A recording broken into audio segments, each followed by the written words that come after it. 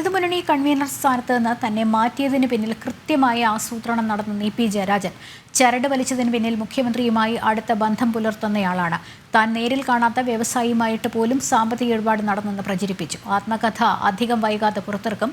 തന്നെ നീക്കാനുള്ള സെക്രട്ടേറിയറ്റ് തീരുമാനം തികച്ചും അപ്രതീക്ഷിതമായിരുന്നു. തീരുമാനം തന്നെ ഞെട്ടിച്ചുവെന്നും ഇ പി ജയരാജൻ പറഞ്ഞു. തന്നെ കൺവീനർ സ്ഥാനത്ത് നിന്ന് ഒഴിവാക്കണമെന്ന് ആവശ്യപ്പെട്ടിട്ടില്ല എന്നും ഇ പി ജനം ടിവിയോട് പറഞ്ഞു. വിവരങ്ങളുമായി അനിൽ നമ്പ്യാർ ചേരുന്നുണ്ട്.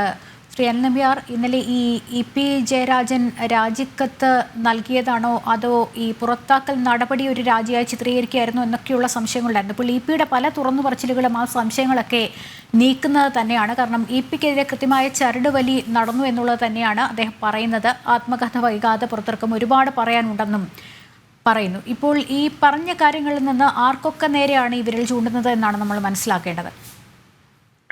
ലക്ഷ്മി, ഇടതുമുന്നണി കൺവീനർ സ്ഥാനത്ത് നിന്നും ഇ പി ജയരാജനെ മാറ്റുന്നതിന്റെ സൂചനകളൊന്നും അദ്ദേഹത്തിന് നൽകിയിരുന്നില്ല.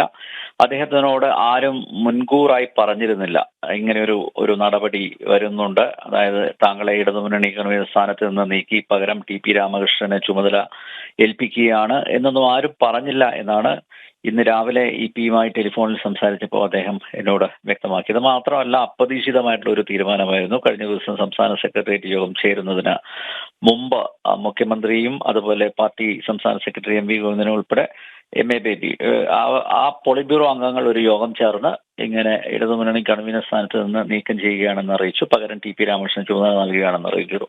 അപ്പോൾ ഇ പി ജയരാജൻ സ്വാഭാവികമായിട്ട് എന്തുകൊണ്ടാണ് ഇങ്ങനെ ഒരു തീരുമാനം എന്ന് ചോദിച്ചു. അതിന് വ്യക്തമായ കാരണമൊന്നും പറഞ്ഞിരുന്നില്ല.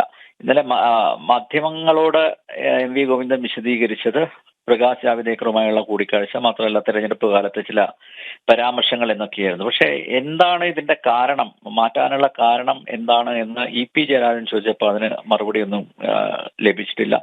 ഇതേ പറയുന്നത്, അതായത് കൃത്യമായിട്ടുള്ള ഒരു ആസൂത്രണം നടന്നു എന്നുള്ളതാണ്. ആ ആസൂത്രണത്തിന്റെ അടിസ്ഥാനത്തിലാണ് ഇ പി ജയരാജനെ ഇടതുമുന്നണി കൺവീനർ സ്ഥാനത്ത് നിന്ന് തെറിപ്പിച്ചത്. അതിന് പിന്നിൽ പ്രവർത്തിച്ചത്, അതിന്റെ ചരട് വലിച്ചത് മുഖ്യമന്ത്രിയുമായി ഏറെ അടുപ്പം പുലർത്തുന്ന ഒരാളാണ്.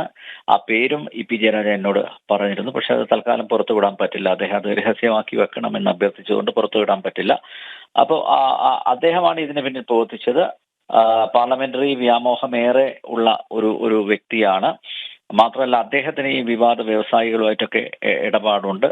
പക്ഷെ തനിക്ക് താൻ നേരിൽ കാണാത്ത, ടെലിഫോണിൽ പോലും ബന്ധപ്പെടാത്ത ഒരു വ്യവസായിയുമായിട്ട് താൻ സാമ്പത്തിക ഇടപാട് നടത്തി എന്ന രീതിയിൽ പ്രചരണം നടത്തി ഈ പാർട്ടി അണികൾക്കിടയിൽ അവമതിപ്പ് ഉണ്ടാക്കി.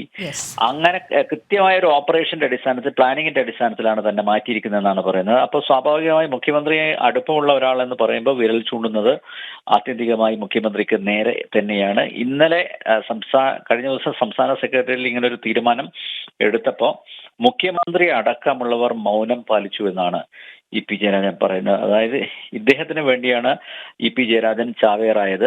ഇപ്പം ഇ പി ജയരാജനെ ബലിയാട് ആക്കുകയായിരുന്നു. അപ്പോൾ മുഖ്യമന്ത്രിയെയും കുടുംബത്തിനെയും പല പ്രതിസന്ധി ഘട്ടത്തിലും സംരക്ഷിച്ച ഇ പി ജയരാജൻ, അദ്ദേഹത്തിന് ഇങ്ങനെ ഒരു ദുരവസ്ഥ ഉണ്ടായപ്പോൾ മുഖ്യമന്ത്രി ഉൾപ്പെടെയുള്ളവർ മൗനം കൊണ്ടു.